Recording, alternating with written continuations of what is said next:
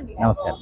Master Abhinay మీద recent గా వచ్చిన ఆరోపణలు ఏవైతే ఉన్నాయో ఇదంతా పక్కా ప్లాన్ అంటున్నారు. మరి ఇందులో ఎంత వరకు నిజం ఉందంటారు? అలా ప్లాన్ ప్రకారం చేయాల్సిన అవసరం ఏంటి వాళ్ళకి? అలాగే ఏంటంటేనండి, వాళ్ళ సమాజం, వాళ్ళ క్రైస్తవ సమాజం ఉనికిని కాపాడుకోవడానికి వాళ్ళు చేసే ప్రయత్నాలు అనమాట. అక్కడ ఏంటంటే మనం అంటే మొన్నటి వరకు ప్రవీణ్ పగడాల ఉన్నాడు, అతను ఏదో చేసాడు, అతను ఎవరినో కలవటానికి వెళ్ళాడు. వీళ్ళు ఏమన్నా సమాజాన్ని ఉద్ధరించేసి దేశ సేవ చేసో లేకపోతే సమాజ సేవ చేసిన వాళ్ళు అయితే మనం గౌరవించవచ్చు, దానికి ఒక విలువ ఉంటుంది. వీళ్ళ జనాల దగ్గర డబ్బులు దోచుకుని డబ్బులు తినే ఎదవలకు కూడా మళ్ళీ తిరిగి పేటరేకపోవటం ఇదేంటో నాకైతే అర్థం కావట్లేదు. ఏదేమైనా సరే అటువంటి వాళ్ళు బరితెగించి ఒక వేరే సమాజాన్ని లేదా వేరే మతాన్ని కించపరిచే విధంగా మాట్లాడితే కనుక వాళ్ళని చెప్పదీసి కొట్టేయాలి. చట్టాలు కూడా ఇప్పుడు ఎవరినో మనం యారా అని అనలేకపోతున్నాం, ఆడు కేసు పెట్టేస్తాడు. ఈ ఎదవలు మరి మతాల మీదే కించపరిచే విధంగా మాట్లాడుతుంటే మరి కేసులు ఎందుకు కావో నాకు అర్థం కావట్లేదు. ఏదేమైనా సరేనండి, అలా వాగిన వాడిని కాళ్ళు చేతులు కట్టేసి రోడ్డు మీద ఈడ్చుకెళ్తా ఉంటే తన్నుకుంటే ఈడ్చుకెళ్ళాలి.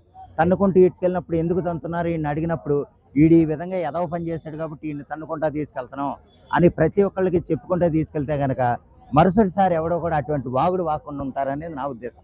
ఎలాగంటేనమ్మా, వాళ్ళు ప్రతి ఒక్కడు ఆడంటే ఆ సన్నాసిగాడు వాడేదో వాగాడని కాదు, వాళ్ళ వెనకాల టీం ఉంటారు. వాళ్ళ వెనకాల అవసరమైతే ఎంపీలు కూడా ఉంటారనమాట. చేతగాని ఎదవల ఎంపీలు వాళ్ళ మతాన్ని వాళ్ళు కాపాడుకోవడానికి వాళ్ళ అభద్రతా భావం కొద్దీ, వాళ్ళ మతానికి ఉన్న అభద్రతా భావం అంటే మనం ఏమన్నా తక్కువైపోతామేమో, హిందువులు ఇంకా పెరిగిపోతున్నారు, రోజు రోజుకి పెరిగిపోతున్నారు, మనకి ఐక్యత లేకుండా పోతుంది, మన యూనిటీ చేద్దాం, యూనిటీ చేసి వాళ్ళ మీద అవసరమైతే దాడి చేసే విధంగా మన చర్యలు మనం ఏర్పాటు చేసుకుందాం అన్న ఉద్దేశంతో వాళ్ళు పేటరేగిపోయి వాళ్ళ వెనకాల ఉన్న వాళ్ళని ప్రోత్సహించి, వాళ్ళ వెనకాల ఎంపీలు ఉండొచ్చు లేదా మంత్రులే ఉండొచ్చు, వాళ్ళ ప్రోత్సహించి ఏంటంటే వాళ్ళని బయటికి తీసుకొస్తారనమాట. అలా వాగి కించపరిస్తే కనుక వాళ్ళ వెనకాల కూడా మేము ఉన్నాం, ఆడంటే అంటాడు తప్పేంటి అనే విధంగా ఇప్పుడు పాస్టర్ ప్రవీణ్ పగడాల వెనకాల హర్ష్ కుమార్ ఉన్నాడు. ఆడికి ఏం పని నాకు అర్థం కాదు. ఉన్న మంత్రిగా ఉన్నప్పుడు లేదా అదే ఎంపీగా ఉన్నప్పుడు ఉద్ధరించి వచ్చింది లేదు. ఇటువంటి ఎదవలు ఉన్నప్పుడు మాత్రం వాళ్ళ వెనకాల వెళ్ళిపోతాడు, వాళ్ళకి మాత్రం అన్నీ చేసేస్తాడు. మరి వాళ్ళు అటువంటి ఎదవలను మనం ఏ విధంగా ఎన్నుకుంటామో, ఎందుకు వాళ్ళని ఎంపీలుగా ఎన్నుకుంటాం మనకే తెలియదు.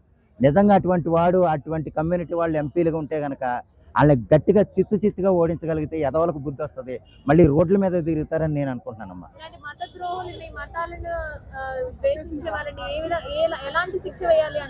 నేను అన్నాను కదా ఇందాక, కాళ్ళు చేతులు కట్టేసి తన్నుకుంటా రోడ్డు మీద తీసుకెళ్తే, ఎందుకంటే మనకున్న ఎదవ చట్టాలు కూడా ఇవి చేయనివ్వవు. ఆడేమన్నా పర్లేదు, మనం అనకూడదు. మన డబ్బులన్నీ వాళ్ళు తినేసినా పర్లేదు, వాళ్ళ డబ్బులు మాత్రం ఒక్కడు కూడా తీయకూడదు. ఇప్పుడు జాన్ వెస్లీ చర్చ్ ఉంది, లక్షల్లో వస్తాయి ఒక వారానికి అంటే ఒక ఆదివారం. అలాగే కలవరి సతీష్ ఉన్నాడు, లక్షల్లో వస్తాయి ఒక ఆదివారం.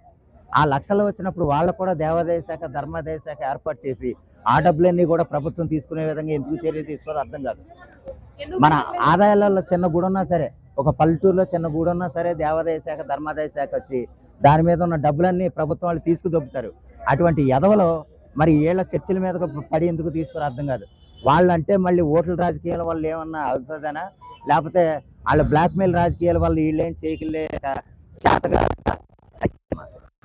ఇది అవుతుందేమో తెలియదు. కానీ ఏదేమైనా సరే మనం కూడా బ్లాక్మెయిల్ చేసే విధంగా రాజకీయాలు చేస్తే కనుక ప్రతి ఒక్కడో లోబడతాడు, తక్కువ అవుతాడు అంటంలో సందేహం లేదు. ఇక్కడ ఏంటంటే వాళ్ళు మేము అక్కడ పలానా చోట చర్చ్ కట్టుకుంటాం మాకు పర్మిషన్ ఇవ్వండి, పలానా గోదావరి గట్టు మీద చర్చ్ కట్టుకుంటాం మాకు పర్మిషన్ ఇవ్వండి అంటే మన ఎదవలు ఇచ్చేస్తారు. మనం గుడి కట్టుకుంటామంటే కనుక డబ్బులు రావు. వాళ్ళకి అవసరమైతే ఫండ్ కూడా ఏర్పాటు చేసేస్తారు. వాళ్ళకి మళ్ళీ పెద్ద ఇది కింద వాళ్ళని ఇది చేసి వాళ్ళు, ఎందుకంటే వాళ్ళ ఓట్ల కోసం, ఓట్ల రాజకీయం లేదా పలానా చోట మేము ఆ విగ్రహం కడతాం మాకు డబ్బులు ఇవ్వండి అంటే డబ్బులు ఇస్తారు. అది మన వాళ్ళకి మేము గాంధీ విగ్రహం కడుతున్నాం అంటే ఎవరో, లేదా లేకపోతే ఏదైనా విగ్రహం కట్టుకుంటున్నాం అంటే ఎవరో, మనమే ఆడవాలి. మన గుళ్ళే మళ్ళీ వాళ్ళు దొబ్బుతారు, వాళ్ళ చర్చిలో మాత్రం ₹1 తీసుకోవడానికి ఉండదు. సరే ఏదేమైనా సరే అన్ని రకాలుగాను అన్నీ సమానం అనుకుంటే కనుక ఏది తేడా ఉండదమ్మా. మన ఎదవలు ఎప్పుడు మన పరిపాలకులు లేదా చట్టాలు అన్నీ కూడా వాళ్ళు వేరు, వాళ్ళు మైనారిటీలో ఉన్నారో వాళ్ళు వేరు, వాళ్ళనే ఉద్ధరించడం వాళ్ళనే ప్రోత్సహించడం వచ్చి చివరికి హిందువులందరూ ఎదవల కింద అయిపోయారు. ఏమి చేతగాని వాళ్ళు ఏమి అడగలేని వాళ్ళ కింద అయిపోయారు. ప్లాన్లు చేసి మరి మమ్మల్ని కొట్టారు, మమ్మల్ని హింసించారు, ఒక 5గురు ప్లాన్ చేశారు, కార్ల మీద రాళ్ళు లేసారు, ఇవన్నీ చేస్తారు. హిందువుల మీద ఎందుకు బురద చల్లుతున్నారు? అది ఎందుకంటే ఆ ఎదవల్లోనే రాళ్ళు వేస్తారు, బయటోడేడు. అదొక యాక్టింగ్, అదొక డ్రామా, అదొక వీడియో తీయించడం, దాని వెనకాల పెద్ద ఎదవలు ఉంటారని కూడా నేను చెప్పాను. వాళ్ళ కేవలం అందులోనే రాళ్ళు వేయించుకుని చూసే మమ్మల్ని ఆ ఎదవల మధ్యలోకి ఎవడెళ్తాడమ్మా హిందువులు. వాళ్ళది ఇప్పుడు సపోజు ఒక నిమజ్జనం, గణేష్ నిమజ్జనం ఉంది, క్రైస్తవుడు వచ్చి దూరతాడా? వస్తాడా? క్రైస్తవుడు వచ్చి గణపతి పప్ప మోరియా అని అంటాడా? అండ కదా. అలాగా ఆ ఎదవలు చేసుకునే దానికి ఈ ఎదవలు ఎందుకు వెళ్తారు? ఎవరు వెళ్ళరు. ఏదేమైనా సరే వాళ్ళకాళ్ళు క్రియేట్ చేసుకుని వాళ్ళకాళ్ళ రాళ్ళు వేసేసుకుని అదొక పెద్ద ఇది కింద చేసేసి దాని వంకతో హిందువులను తిట్టొచ్చు అన్న ఉద్దేశం. పాస్టర్ అభినయ్ రీసెంట్ గా ఆయన్ని చిత్రహింసలు పెట్టారు, దాడులు చేశారని చెప్పారు. ఇదంతా పక్కా ప్లాన్ అంటున్నారు పోలీసులు. మరి ఇలా మతాల మీద చెడు భావన తీసుకురావాలని చేసి ఈ పాస్టర్లను ఏం చేయాలి? కడపలో జరిగింది. కడపలో ఒక ఊరు సిగ్గు లేదు మన రాయలసీమ పరువు తీయడానికి. ఇక్కడ రాయలసీమ బిడ్డ పరువు తీశాడే, మామూలు పరువు కాదు. ఏంటిది అంటే మత కల్లోలు సృష్టించడానికి మీకు మీరే వీడియోలు తీసుకుంటారా? మీకు మీరే కొట్టుకుంటారా? మీ పనోళ్ళకి ఫోన్ ఇచ్చి మీరే వీడియోలు తీసుకోవడం ఏంటి? ఇప్పుడు మా హిందువులు వచ్చేసి మాకు కొట్టారు, మామూలుగా మా మీద దాడులు జరగలేదు, మామూలుగా జరిగినాయని చెప్పేసి ఇలా చెప్పాడు. మామూలుగా దాడులు చేశారా వాళ్ళ మీద? పాపం కాదు. ఎంత పాపం అంటే ఆ పాపం పండి ఈరోజు జైల్లో కూర్చున్నాడు. కానీ నేను ఒకటే చెప్తున్నాను, గొడవలు సృష్టించి మనకే గొడవలు పెట్టి మనం కొట్టుకోకూడదు. ఎవడో ఏదో చేశాడని చెప్పేసి మనము కొట్టుకొని మనం తిట్టుకొని మనమా ఇట్లా మన బతుకులు ఎందుకని చెప్పేసి ఇలాగా చేసే వాళ్ళకి దేవుడు పైన చూస్తూ ఉంటాడు. కానీ కర్మ అనేది వెంటాడుతూ ఉంటది. ఆ కర్మ తీసుకొని పోయి కాస్త జైల్లో కూర్చోబెట్టిందాన్ని. మామూలు జైల్లో కాదు. ఎన్ని రోజులు ఆ వీడియో చూస్తుంటే నాకు నవ్వొచ్చింది. మామూలు నవ్వు కాదు, నవ్వుకొని వచ్చా ఇదేంటి వీడియోలు ఇట్లా కూడా తీస్తారా అనుకున్నాను. దేవుడా ఏంటి అనుకొని దేవుణ్ణి తలుచుకున్నాను, అలా జైల్లో పడ్డాడు. నేనేం కోరుకుంటే అదే చేస్తాడు దేవుడు.